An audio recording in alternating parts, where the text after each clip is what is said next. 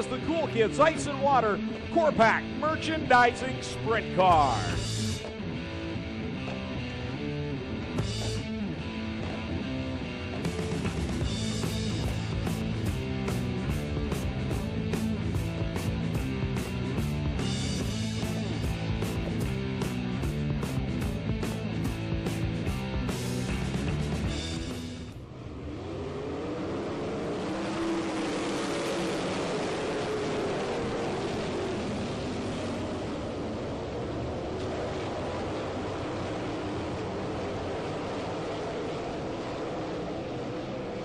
Curtis Gartley on the back stretch. That will bring up the caution. It may not. Did I ruin your intro, Greg? Did I mess with your intro for the sprint car feature? Caution lights are out on the speedway. I didn't see what happened to Curtis. The left front was definitely, well, no, they are not out on the speedway. No. My apologies. I was watching the scoring pylon on the TV screen. Yeah, made contact with John Burbridge Sr.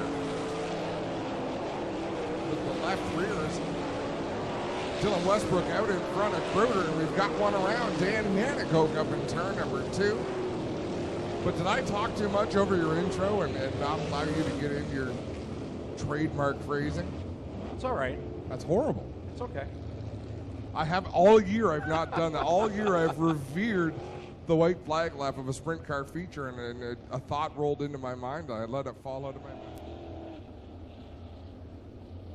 Single file past the restart cone. Dylan Westbrook will set the pace. D-Dubs sees the green, and we're back on it. Oh, wow. Mac DeMann got into something there in turn number 2, and wow, Mike Thorne was way up in the air in that 55. He waited for the car to land and was able to fire off once again. Lost a little bit of track position as Steve Lyons works the outside of Josh Shantz down into turn number 1. Leader across the stripe this time will complete lap number 5. 15 to go for Dylan Westbrook. Scott Kruder in second, Mac DeMann third, Chris Steele fourth, and Jim Hoopin in your top 5. Wow, DeMann got out of shape there in turn number 2. Here goes Kruder to the inside. Slide job in turn number 4. He shot out of a cannon down the backstretch off of corner 2. Got that big run. Dylan gets him back. Let's see if he can do it again this time off of corner 2. Dylan Westbrook, very good from learning from his mistakes and miscues. But he knows Kruder is there. Wow. Speaking of miscues, he almost zigged when he should have zagged. Oh, and Kruder gets off the banking as he has to go around the slow car of Burke up in corner number 2. Burke keeps it under power, but Kruder loses a ton of track position. Yeah, Dylan Westbrook struggled as well with handling there in turn number 4, so there's lots of things happening all at the same time around the racetrack.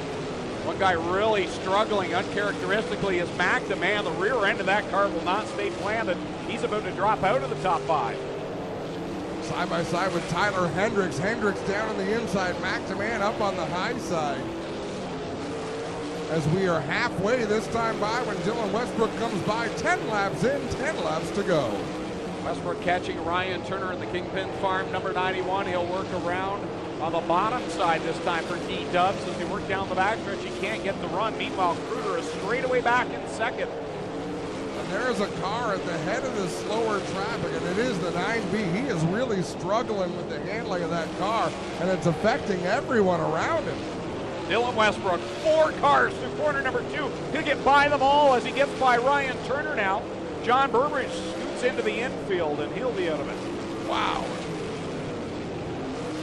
Ryan Turner up into Connor Mahoney in the 5 machine, and Dylan Westbrook still losing the handle on that race car. Scott Kruder's closing the gap just a little bit as he continues to work through some of this lap traffic. Here comes Westbrook, looks to the outside, now to the bottom side of Cole McDonald. Josh Shantz did a complete 360 in corner 2, and again Dylan Westbrook blows by 2 lap cars. Dylan Westbrook with nerves of steel on that 47X approaching the 9 of Steve Lyons. He's got about half a dozen cars between himself and second place Scott Kruder. And in corner number 3, Dylan Westbrook, your leader. Scott Kruder now is back in corner 2. He has really lost ground, and the man catching him is Jim Hoopin in third. Chris Steele running 4th. Mac DeMann holding on to 5th. Another slow one there in 3 and 4, and I believe that's Burke again, and we got trouble up in turn 2. Cole McDonald gets the car back, going in the right direction. We stay green. 4 laps left to go. Dylan Westbrook works it down the back stretch. He's got the slow car of Scott Burke in front of him, kind of in his line. Interesting to see what line he chooses here. Westbrook working up the back of the 9B, and he woes up, heads it to the inside of the racetrack. And now the next car in front of Dylan Westbrook is the 97 of Corey Turner, the driver who came into tonight second place in the points.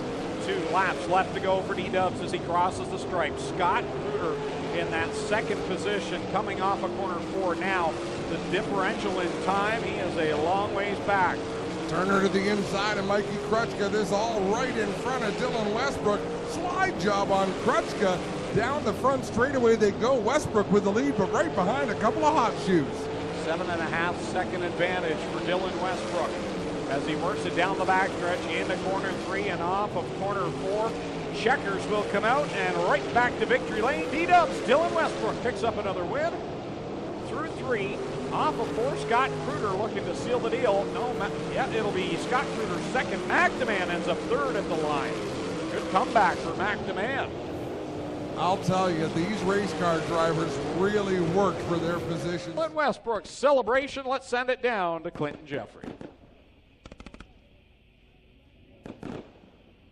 Thanks so much to all you amazing fans, race teams, and our race community. Ladies and gentlemen, grabs another feature win here at the Big O.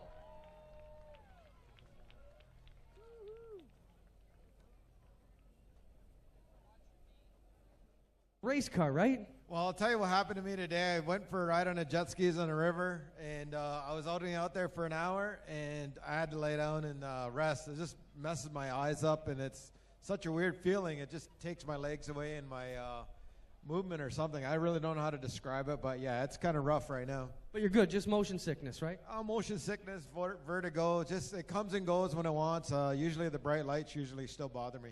I see you smiling a lot. That's a good thing, boss. Hey, man. Oh, no, winning's always great. You can never get old of that.